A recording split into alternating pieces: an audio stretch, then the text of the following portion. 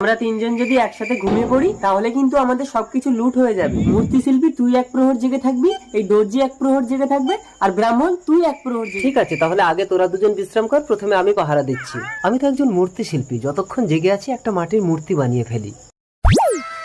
शाबाश बेटा। দর্জি বন্ধু, এবার তুই উঠে পাহারা দে, আমি শোবো।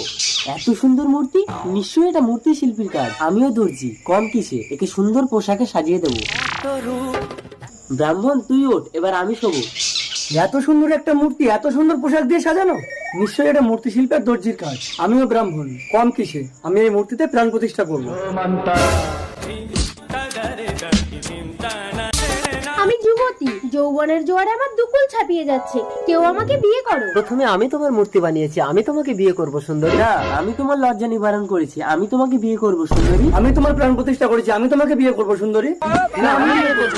না, আমি বিয়ে করবো।